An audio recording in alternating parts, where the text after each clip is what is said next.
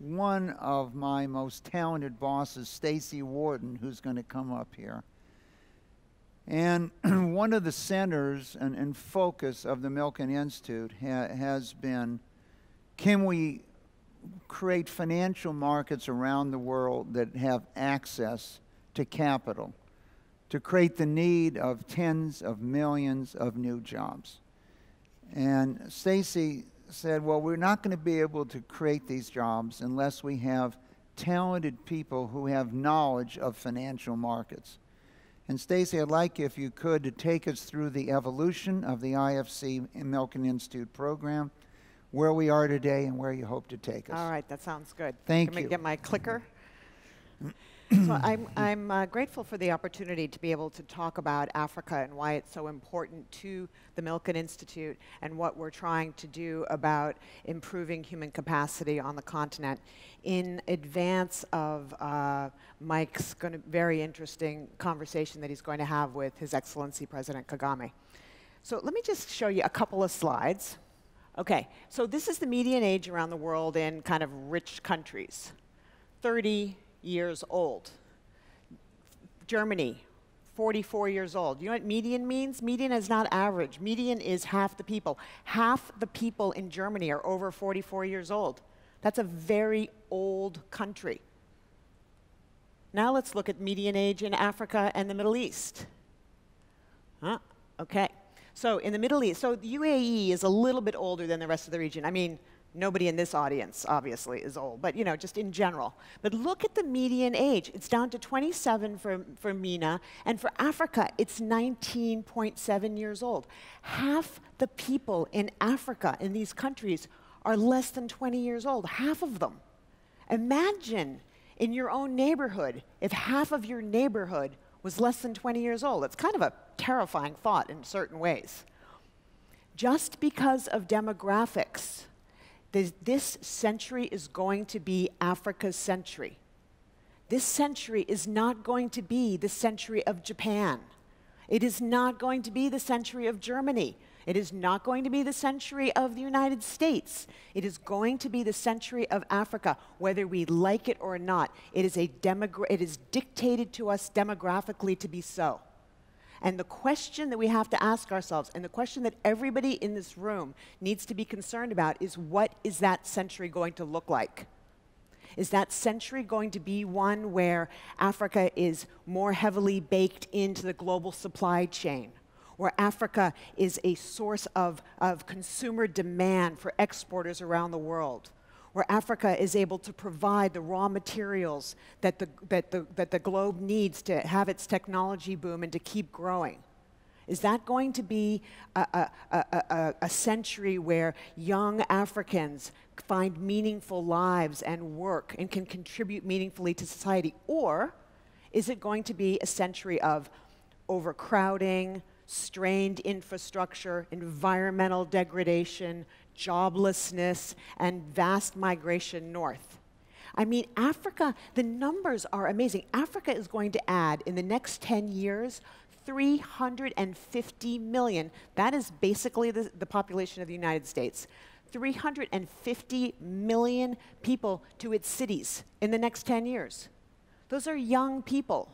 Those are young people moving to cities, and they want the same things that every other young person across the world wants when it moves to cities. That's an enormous opportunity for the continent and for the rest of us. And so the Milken Institute has a view about how to achieve this century and to avoid the century that we don't want to see, and that comes from private sector-led growth.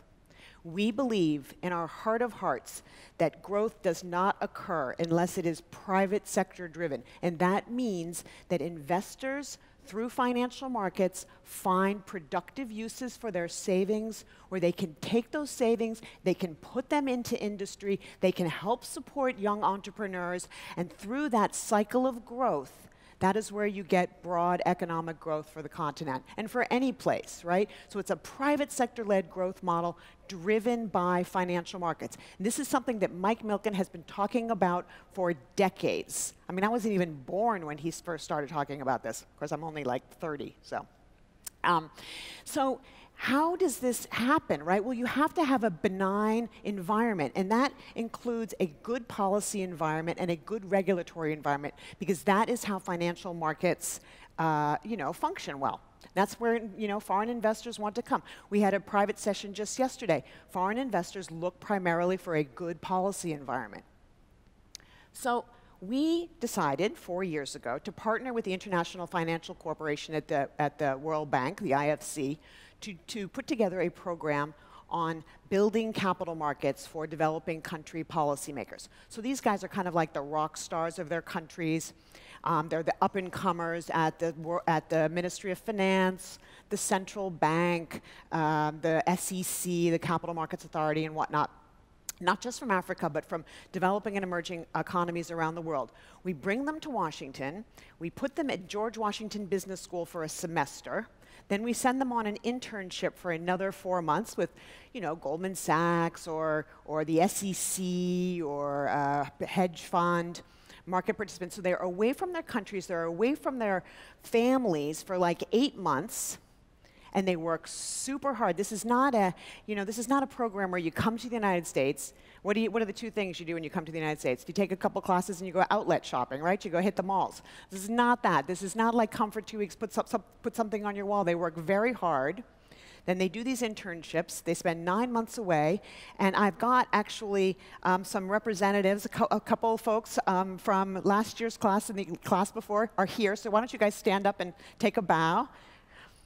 Yes, some graduates from Uganda, Kenya, Pakistan, Sierra Leone, and so I just want to show you some.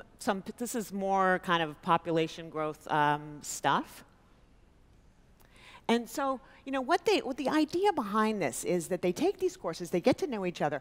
Every year, they meet more and more people. Every year, this alumni network grows, and we convene them. If Mike Milken does nothing else, he is a convener of people. So we bring this alumni group together every year, and they can then rely on each other. They have each other. And we hope that, 10 years from now, when 1,000 odd people have gone through this program, we'll have a real cadre of very smart folks working on capital markets. And the sort of virtuous circle that we try to do with that is then, as our advisory group, we work with the alumni and we help governments implement the policies that they've learned in this program. So it's this combination of kind of training and advisory and help that we give these countries, and we've got a pipeline of governments that have asked for our help.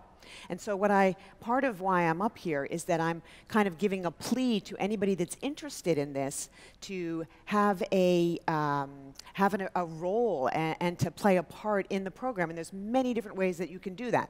You can take interns. You can support one or different aspects of the program. You can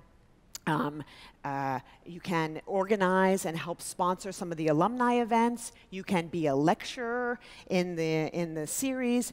It's really, I think, I would almost say that if you have any commercial or investment or trade interests with Africa or developing countries at all, you kind of owe it to yourself to support programs like this, because we're the ones that are trying to put the infrastructure together that makes these policy environments more benign and ready for it to kind of have the business that you want to create. So is there anything you guys want to say about this at all? Or are you sort of happy to, did you, I mean, when these guys go back to their countries, they go back and they get promotions. How many, did you guys, some of you guys had, even in this table had promotions, right, since you've been back? You get promotions, you get more responsibility, you get, you're kind of looked to by your peers, and when you go back, you don't just say to yourself, oh, this is what I learned in my course. They say, oh, this is what I learned in my course, and this is how they do it at Vista Equity Partners, because this is how they look at it. And so that's the kind of virtuous circle that we sort of try to create when we do things like this. Okay, and then here we come with my my boss and the Honorable President of Rwanda, President Kagame. Do you guys want to come up and sit? And Mr. President, I would love to just introduce you briefly. Thank you so much. It's good to see you. It's good to see you, Mike. Before I do this, though, I just want to say on this map, oh, I lost my map, that's okay. So I have been a fan of Rwanda for a very long time, and I have the honor of being the chair of the Rwandan Capital Market Authority, actually. And when President Kagame took over in Rwanda back in 2000, this was a war-torn basket case of a country. I mean, if you had heard of Rwanda, you had only heard about negative things. And since President Kagame has been in power for the last 19 years, it has grown annually at 7.5% per year. Now, in the beginning, you can say, yeah, that's base effect.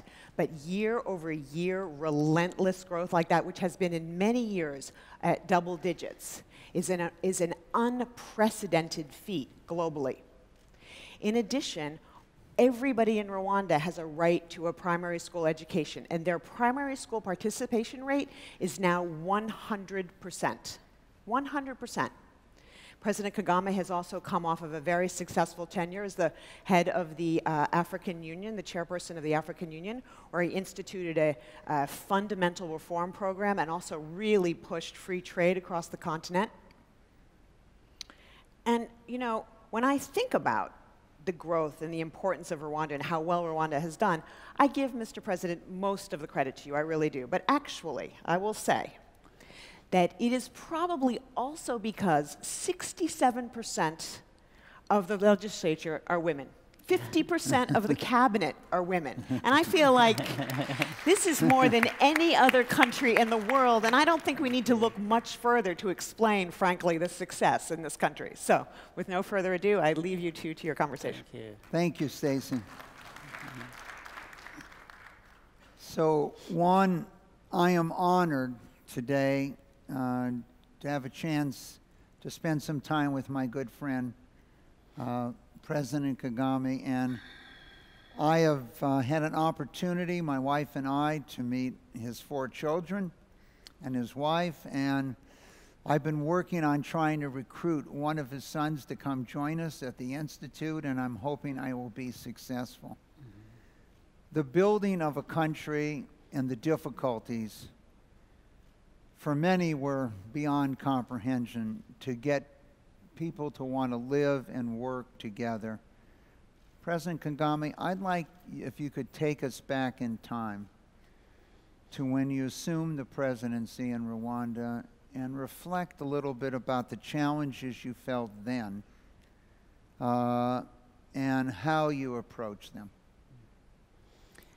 Well, thank you, Mike, and thank you for the kind words of introduction. From when you want to understand the story of Rwanda, you think back from 1994. Well, you could go before that during the chaos of war, and even before that, the whole history the country has gone through. But let me start it with that background of 94, total destruction of the country, and then when we took office in 1994, I wasn't present. I had been in the struggle to liberate our country. So I became president in the year 2000 under a transition arrangement before we actually had a constitution in 2003. But from 94 onwards, the country had faced almost near total destruction.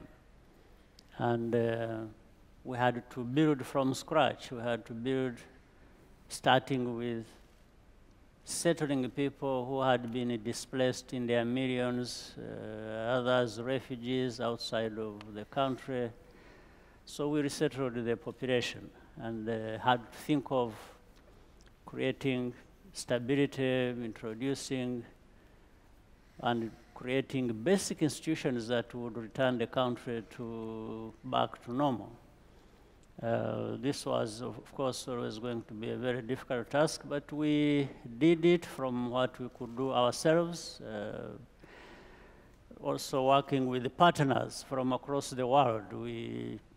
At that point, we were mainly having donors contributing money to deal with the humanitarian situation, as also they were dealing with us in rebuilding the country, so to speak. So it took a long time from 94 to 2000, that is 6 years. It was under different leadership until I assumed office in the year 2000.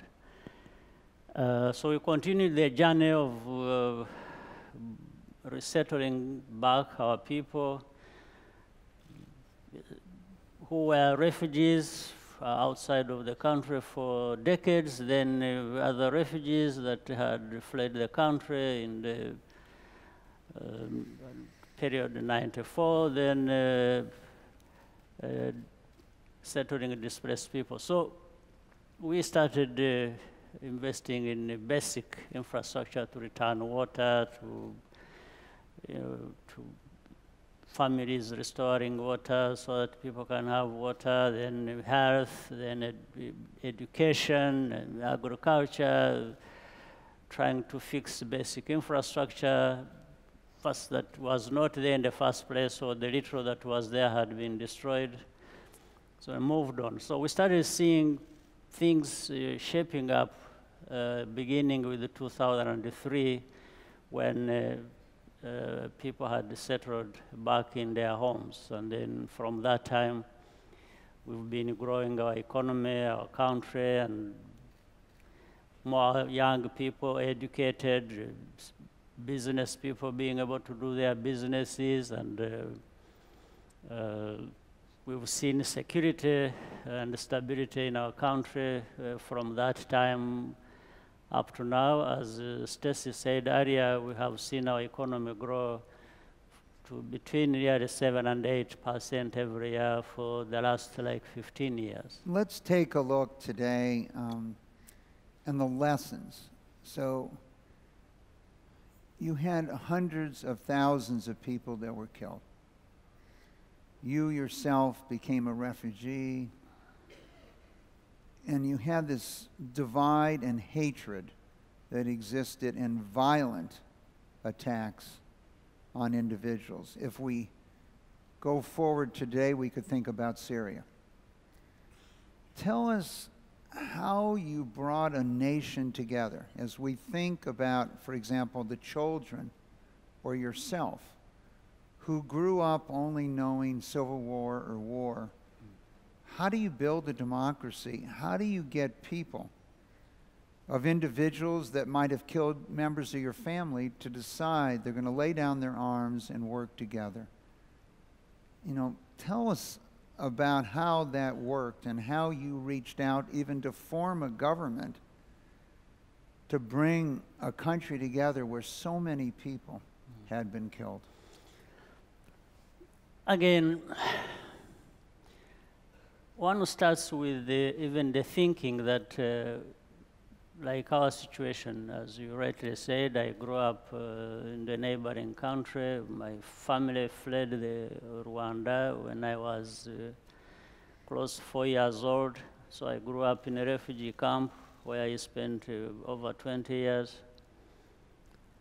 Like many other Rwandans who were scattered across the region of the East and Central African region.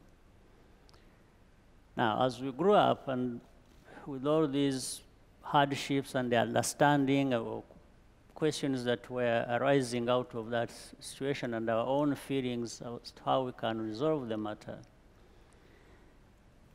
the struggles that we went through, and so on and so forth.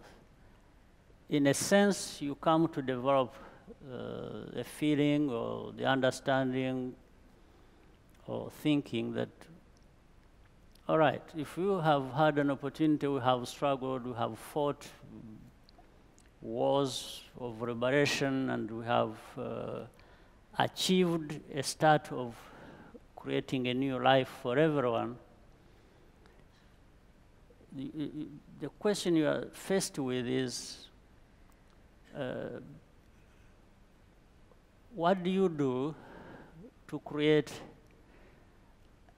a situation that all along you wanted, that can give everyone a chance of good life? And if you did not do that, if you don't do that, what is the alternative? The alternative means a continuation of suffering for everyone. So there is something which is very difficult. It's a sort of price you have to pay, in a sense, and I mentioned this. I mean, how hard is it to tell someone? His Highness Sheikh Nahyan spoke to us about tolerance, the importance of the Pope coming to the UAE in recent times here in 2019, but tolerance for others. How do you get tolerance when you meet a person that might have killed your family, your relative, a friend? How did that happen? And I think we have a real-life example today in Syria and other parts of the world that we could learn from what you did. How did that occur? Let me sum it up by saying one thing. I remember in one of the commemorations of genocide, trying to remember those who were killed. One of the victims, the survivors, there were thousands of people there, put a question to me. And he asked me, he said, President, why is it that in trying to rebuild the country, and there are victims and perpetrators and others caught in between? In fact, what you have been doing, you have burdened us so much, the victims, with the solution to this huge problem we have facing the nation. It's as if we are the only ones you keep asking, you know, to agree to forgive, to do this, to do that, and it's like, why? Why is it that we are the ones who have to carry the burden? So I was quickly thinking, and I think this is what also was the case. I told the person there, I said, you know, between you, the victim, and the perpetrator, there is only one person that I have to ask of something, and that's you. I can't ask the perpetrator, the person who committed the crime, to offer anything, but I can ask you, the victim, to offer forgiveness, or to try and, if possible, find the courage to overcome your justified hard feelings about what has happened to you or the family, so that we can move forward together and build a good future for everyone. So it's actually the only you are the only person I can ask to give something. I can't ask the other one, they have nothing to give. And you could see the whole crowd was like discovering that maybe that was true. They are the ones to actually offer something, the victims, who, if they can overcome these justified, the justified anger, the justified hard feelings, even quest for revenge, to say, you know, people killed our families, they killed our friends, they killed our loved ones. So maybe we need to take it to them as well. So that discussion has been helpful, and that's how we have approached it. He said, if we have to build a better future for us, even having learned lessons of the past that, in actual fact, the history, the tragic history we have had in Rwanda, no one gained from it. Everyone lost. including the ones who killed others. Maybe they thought they would gain something, they didn't. Now and did. Of course, understandably, the ones who lost their lives and families and so on lost even much more, but they are not the cause or in any way associated with cause of the problem or associated with the problem. So that is how difficult it is. But it is doable in a sense that you're always looking for, if you don't find a way forward, if you don't bring people back together, if you don't allow healing to take place by forgiving and to a reasonable degree holding people accountable for what they did, what is the alternative? The alternative is just to continue with a spiral of violence, killings, and death, and this is not something anyone could afford to think or even allow to continue. So that's how really we have been able to... I think whether it's Afghanistan, Syria, Libya, or other countries, hopefully, or Yemen someday, the lessons of what you did in Rwanda will work there.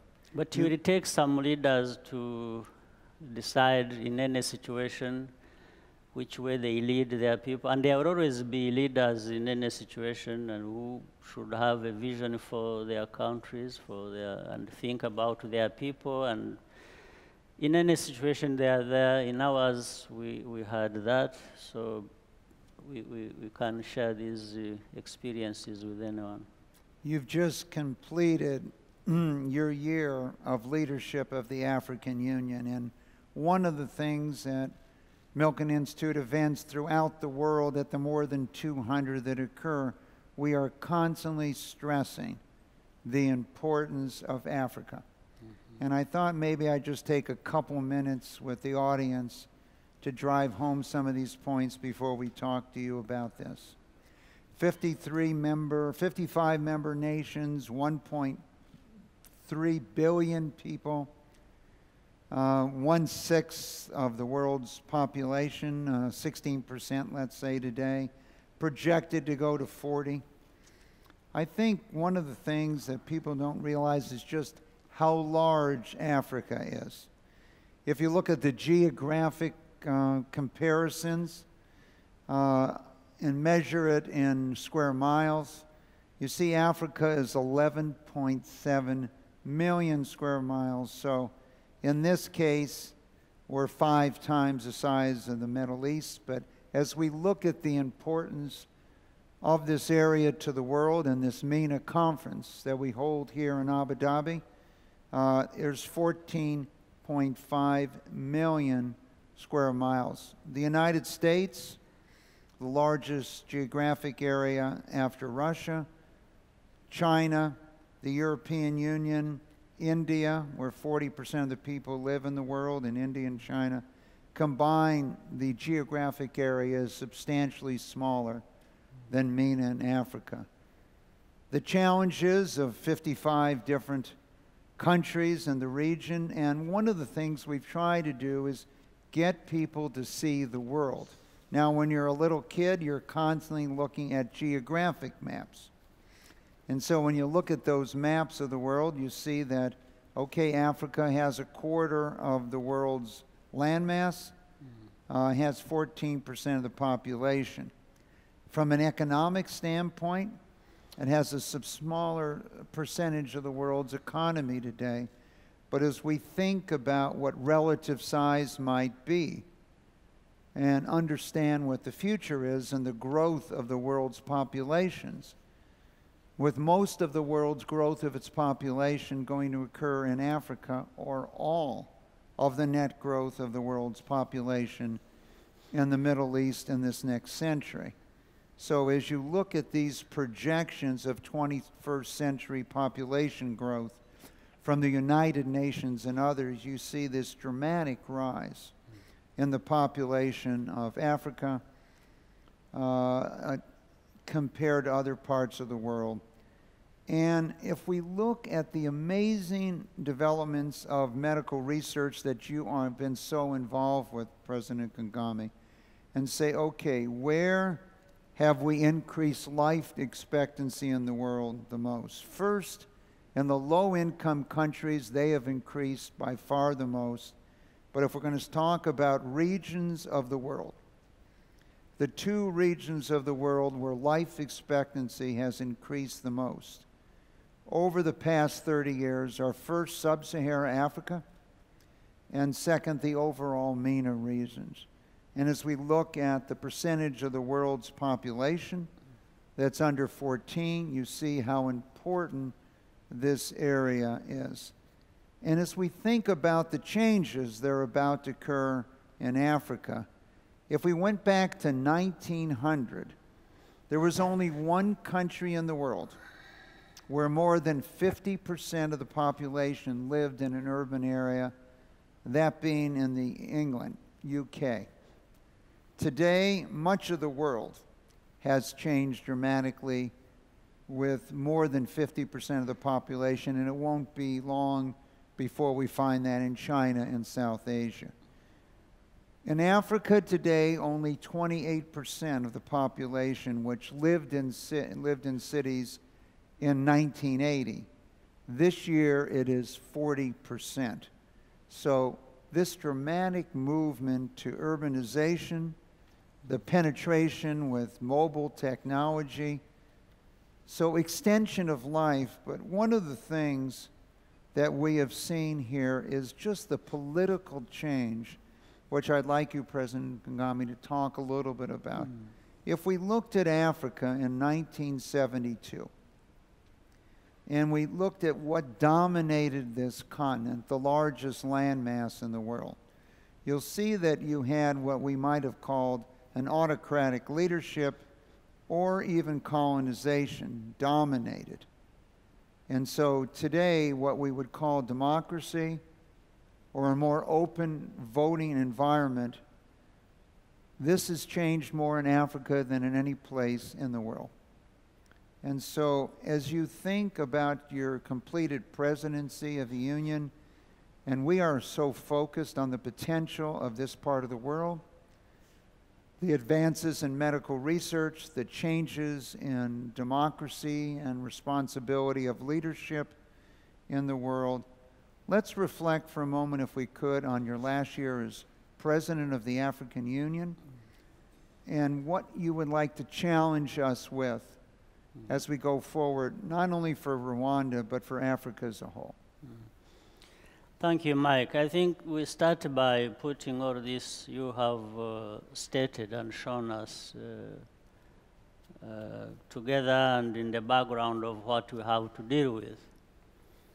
Africa, endowed with so much in terms of natural resources, human capital, and the numbers were very clear in many senses. 2.5 billion people by 2050 and so on and so forth. Of course, when you look at Africa's portion of global GDP, it's very misleading when you also know what it is capable of, looking at that history you have and the geography you have given us. So that is what we have to bear in mind. And also knowing the history is another thing, but we have to get out of that.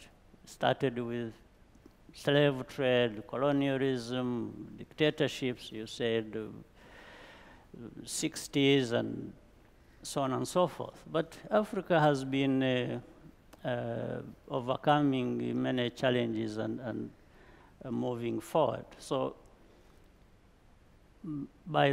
for the year I was the chairman of the African Union and working with the leaders of Africa, mentioned 55 countries. The question is always going to be, how can Africa be so rich yet so poor at the same time? This is the challenge we have to address, and that's what we we had to tackle. So, and at the African Union level, forget about the individual level of a country as Rwanda or any other country in Africa, but at the African Union level, we started by saying maybe if we really held Africa together, try the best we can, and sort of make these borders that divide 55 countries kind of irrelevant in a sense of how we can cooperate across these borders, which is possible beginning with trade, free movement of people, goods, services across borders for the economy, for the health of the economy of the continent. We can overcome some of these challenges that really constitute a paradox that I mentioned earlier.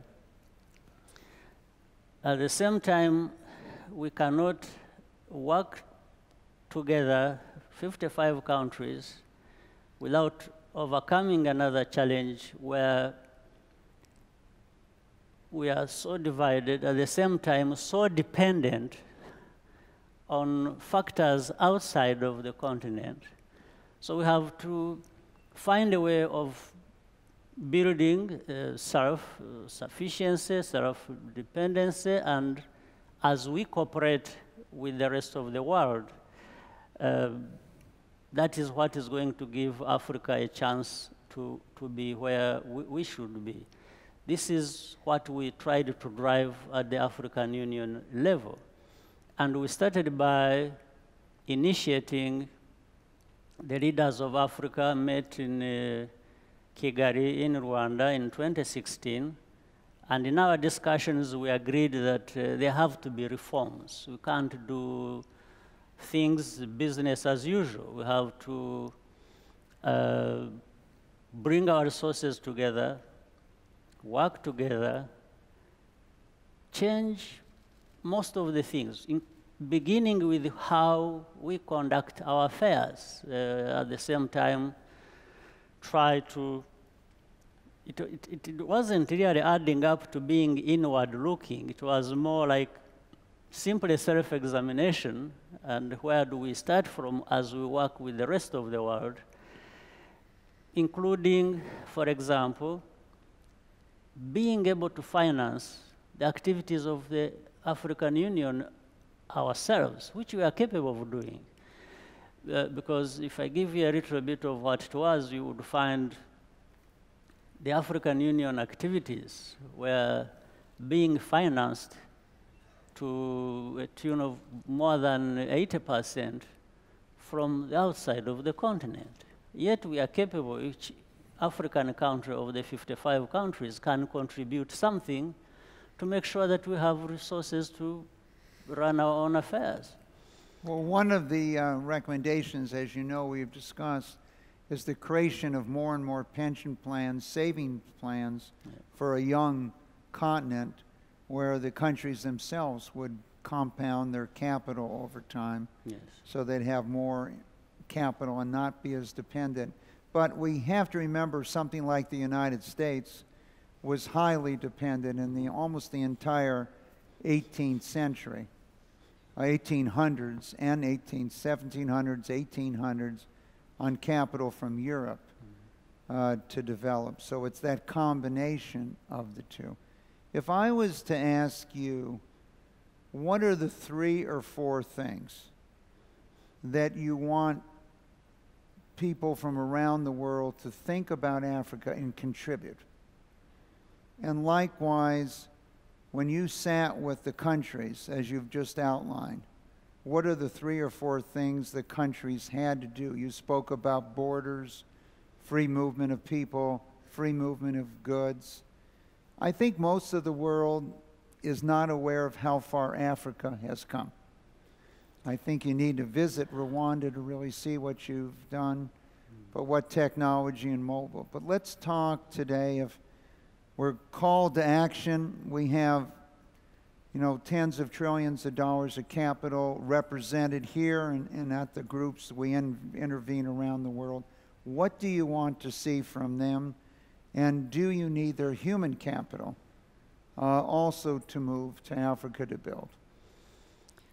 Let me say, initially, even if one is dependent, you have to make sure that during that period of dependence, what you are getting from outside is invested properly so that you increasingly reduce the level of dependence up to a time you are able to stand on your own, just like you stated rightly, say the case of United States or others, because they reached a point where they were able to stand on their own and even actually start supporting others, like at some point United States started supporting Europe to be able to stand on its feet after a certain period of difficulties. That's what I was also referring to with Africa. It's a matter of history of dependence translating into self-sufficiency and being able to stand on our own feet. And this comes from how do we invest in our people to begin with, so that we are able to prepare them for skills and knowledge economy that every part of the world is headed toward, and that in fact it is already the practice everywhere else except to a large extent African continent. So and the story of Rwanda, what we have done in our limited ways as a small economy in the heart of Africa, still that mirrors what is needed to be done across our continent.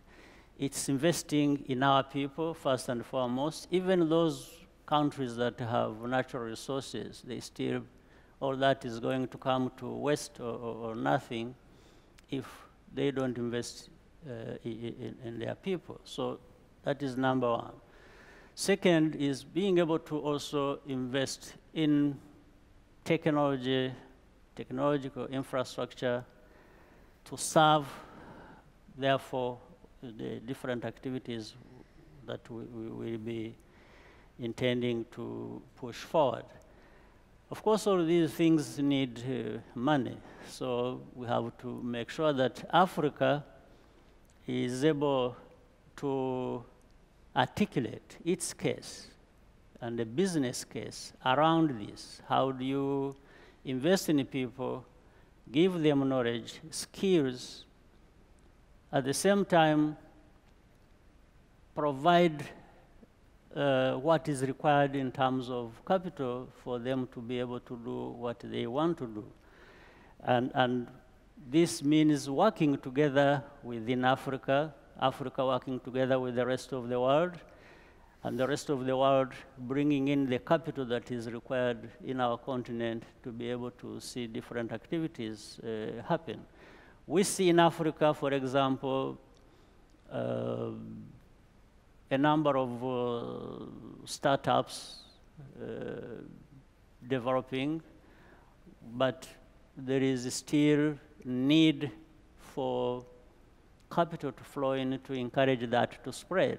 In fact, we therefore ask the African corporations to be in the forefront, in fact, to try and help these startups to be able to access capital that is required, and also draw in the foreign capital that our African corporations can draw in as they also carry out their responsibility of, because in the end it benefits everyone.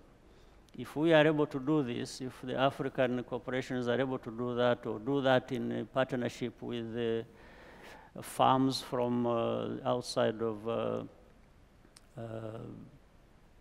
the continent, I think all of us are going to benefit as we see more entrepreneurs, innovations developing across the continent, in every part.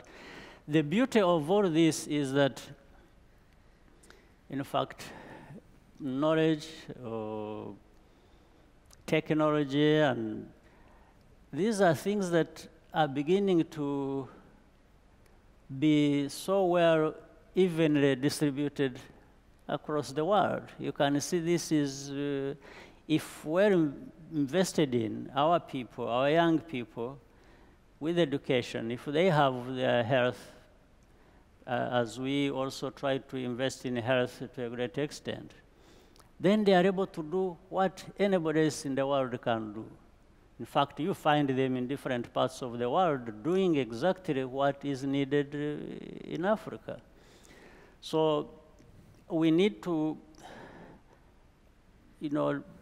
change the whole picture about Africa, beginning with Africans ourselves, both the citizens of the continent, but more so the leaders who really have a task to allow some of the things to happen as they should happen.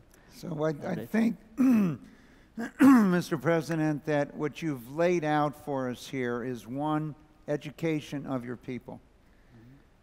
And as we think about the world, if we have not educated our citizens, we don't know what the future brings. We have no alternative.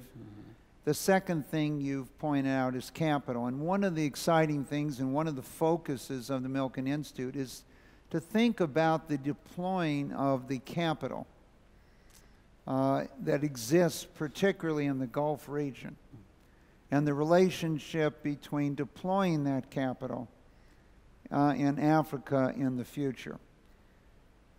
One of the main themes of the Institute, and a central theme, has been, can we help build meaningful lives?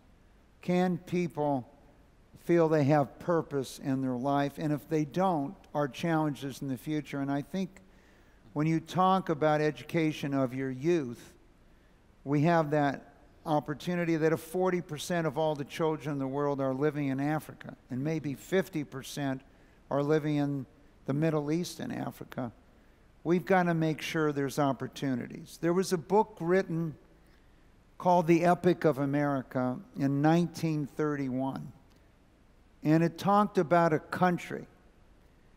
It didn't identify any country. It talked about a country where life was full and rich for an individual, not based on whether you're a man or a woman, not based on who your parents were, not based what your religion is, not based where you went to school, but based on your ability to achieve. And we have been filming 10,000 people around the world.